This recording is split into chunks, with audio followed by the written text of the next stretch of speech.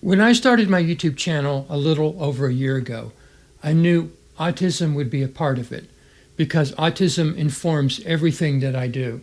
However, I've been an artistic creator my whole life, and I've never been good at branding myself. YouTube potentially offered a way of rectifying this situation, although YouTube's algorithm is not kind to creators with diverse portfolios and abilities. My videos about my autism are more popular than my videos about my art. However, to be clear, I am not getting any younger, and I want to find good homes for all of my paintings and drawings. Yet forging a brand through YouTube is an obstacle course. You see this with other artist channels, where videos about you too can achieve success as an artist if you do these simple things get more views than videos about the artist, artwork, or creative process. They have to keep making the same videos over and over again to feed the unsympathetic algorithm. If the most recent date for a video is 2 years old, then it's safe to assume that these artists simply got discouraged and went away.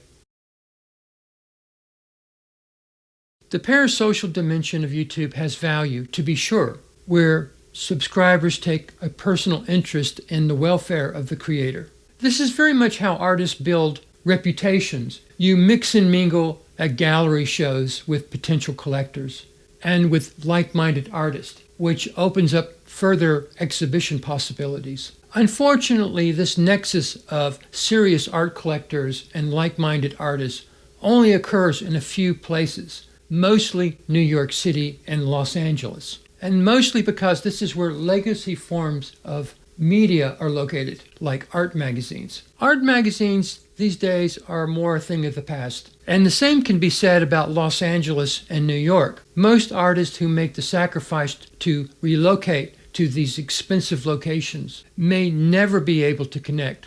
Indeed, most artists living in New York City are just as unfamous as any artist living in any other urban center like Indianapolis or Cincinnati. New York City is no longer the art capital. It is a repository for blue-chip art made by dead artists. Getting into a gallery show in your average urban commercial gallery is not that hard. Selling art in these locations is the hard part. It makes no sense to risk capital by randomly picking galleries in random cities as a marketing strategy. You will never make back your costs in shipping and travel. It's not like there's a heat map that gives you a reliable report on regional art markets. Everybody makes a Chamber of Commerce sales pitch for their hometown, but it's always a pig in a poke. Most art galleries fail because they are often vanity projects. If you lived in the city, you would know this, but you can't live in every city you want to exhibit in. YouTube, in theory, removes these obstacles. With an artist YouTube channel, you don't need a third-party gallery to rub elbows with collectors. They come to you.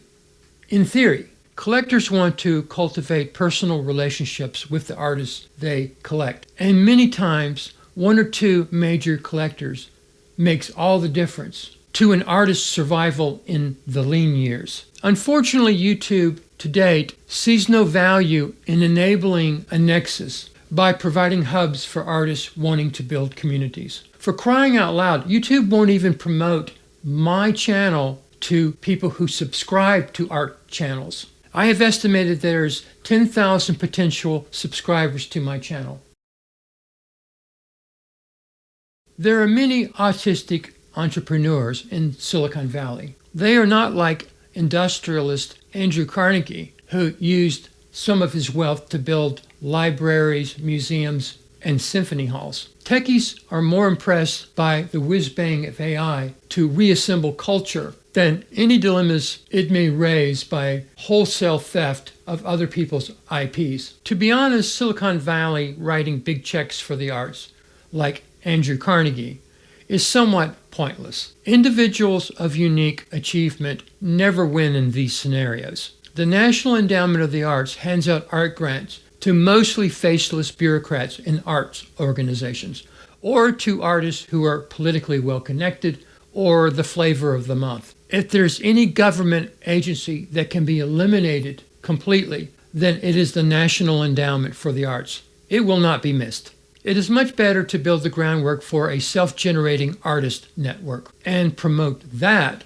than it would be to pick winners and losers by way of some third-party grant endowers. That strategy never rewards people with autism. Never, because autistics are not glad-handers or grifters. YouTube has the means and opportunity to help artists. They just don't have the profit motive. Andrew Carnegie giving back to the world, they are not. The other problem is that of collectors. Given the global reach of YouTube, art collectors have not yet been cultivated to look for art to invest in over YouTube. Probably because there are not enough artists to make critical mass. The onus here falls on artists. If hundreds of talented artists were to start YouTube channels, then collectors would soon notice. YouTube might be persuaded to help build this network and offer better algorithms for hooking up artist to artist and artist to collectors if they could charge a small finder's fee. In other words, YouTube would become the greatest gallery ever.